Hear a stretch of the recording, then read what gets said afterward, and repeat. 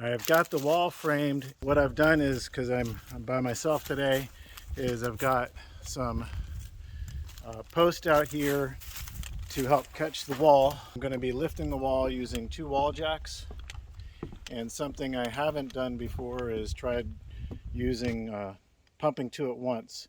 So that this 2x4 is attached to each one of these posts, so I can stand in the middle and pump both at once.